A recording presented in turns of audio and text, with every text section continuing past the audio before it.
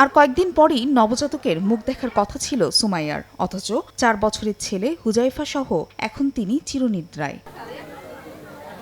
শনিবার সকালে সদরপুরের পূর্বকান্দি গ্রামে সুমাইয়ার বাড়িতে তালা ঝুলতে দেখা যায়। খোঁজ পাওয়া যায়নি তার স্বামীর। শুক্রবার সন্ধ্যায় নিজ ঘর থেকে মা সুমাইয়াকে ঝুলন্ত এবং শিশু হুজাইফার মরদেহ কম্বলে মোড়ানো অবস্থায় উদ্ধার করে পুলিশ। প্রাথমিকভাবে ধারণা করা হচ্ছে, পারিবারিক কলহের জেরে সন্তানকে হত্যার পর আত্মহত্যা করেছেন সুমাইয়া। স্বজনেরা জানান, স্বামী রমজানের সঙ্গে প্রায়ই ঝগড়া হতো তার।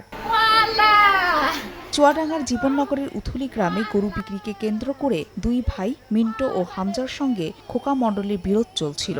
এর জেরে মিন্টো ও হামজার উপর হামলা চালায় প্রতিপক্ষের 8 থেকে 10 জন। কুপিয়ে ও পিটিয়ে জখম করা হয় তাদের। গুরুতর অবস্থায় উদ্ধার করে হাসপাতালে নিলে দুজনকেই মৃত ঘোষণা করেন চিকিৎসক। একটা গরু বিক্রি করবে আর ওরা দেখতে এসে দেখে গিয়েছে, দামদার হয়েছে পর্যায়ে, কিন্তু টাকা পয়সা দিইনি। এই 6 লক্ষ টাকা দিইনি বলে এরা মাঠে পেড়ে দুই ভাই মেরে ফেলবে।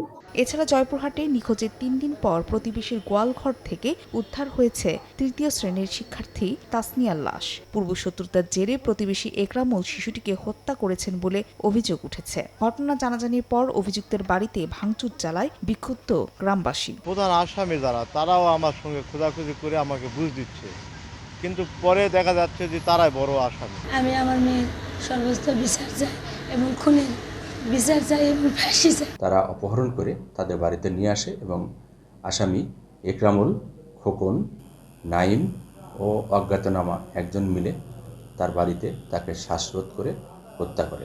এ ঘটনায় মামলার পর থেকে একরামুল পলাতক, তবে তার স্ত্রী ও গৃহকর্মীকে গ্রেফতার করা হয়েছে।